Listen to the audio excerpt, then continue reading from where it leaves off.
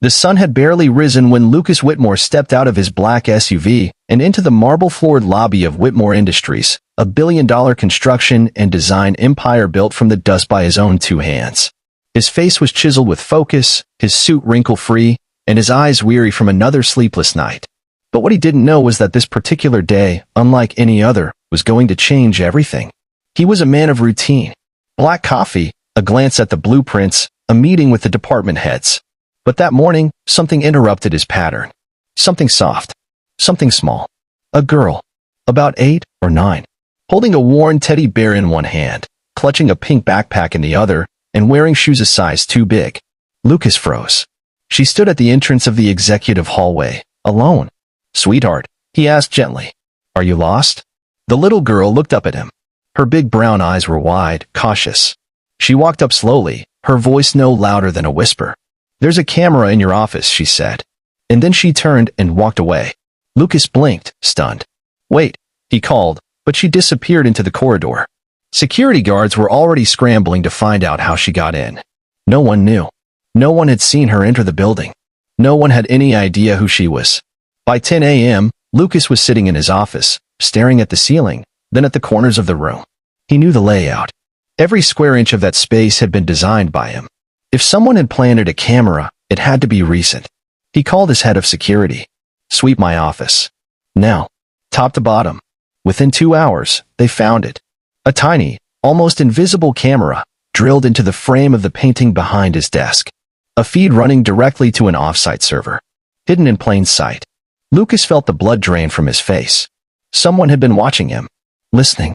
Every call. Every conversation. For how long? But why? He had trusted everyone around him. His board of directors. His assistant of 10 years. His managers. His operations team. Some of these people had been with him since the beginning. A pit formed in his stomach. He ordered a full security breach investigation. Files were pulled. Laptops were scanned.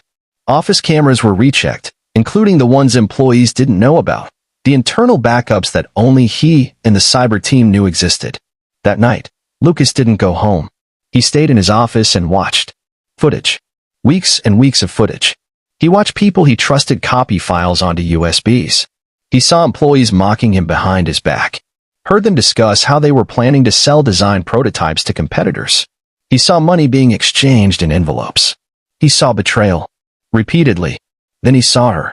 The little girl. Sitting in a break room with his janitor, Sophia. The janitor, the one no one talked to. She cleaned, swept, took out the trash, and no one even knew her name. But the little girl, she called her mom.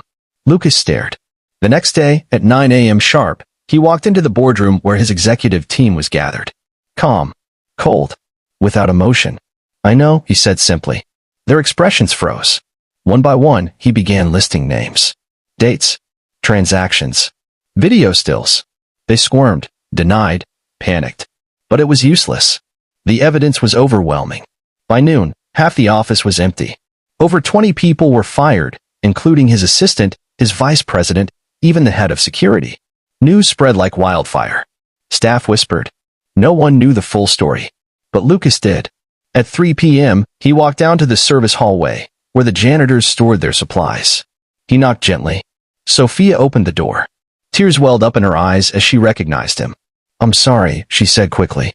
"My daughter, she didn't mean to cause trouble." Lucas held up a hand, stopping her. "What your daughter did," he said softly, "saved my company." She was speechless. He knelt down as the little girl peered from behind her mother's legs. "You were right," he whispered to her. "Thank you." The girl smiled, shyly. Lucas stood and looked at Sophia. "You never told anyone what you saw. You could have sold that information. Taken money. But you didn't." "I just wanted to keep my job," she said quietly. "We live in a shelter. I can't afford to lose it." Lucas looked around the dim, forgotten hallway where she worked every day, unnoticed. "You won't lose your job," he said. "You'll be getting a new one." She blinked. "Sir, I want you to be my new executive assistant." Sophia gasped. "But I'm just..." "You're honest. And that's rare," he said. "You watched all that, and you still chose integrity. That's the kind of person I want next to me." Tears spilled down her cheeks.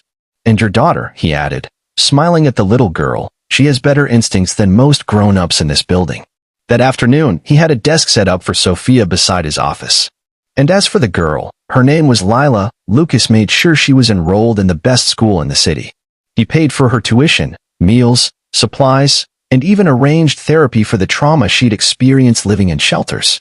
In time, people forgot the firings, the betrayals, the headlines. But Lucas never forgot the whisper that saved his company. There's a camera in your office. Sometimes, the smallest voice speaks the loudest truth. And sometimes, the janitor's daughter ends up being the hero of a billion-dollar empire. Always listen, even when the voice is small. Truth and loyalty often come from the most unexpected hearts. And sometimes, what saves you isn't power or status, but innocence, courage, and a little girl with wide eyes and a whisper.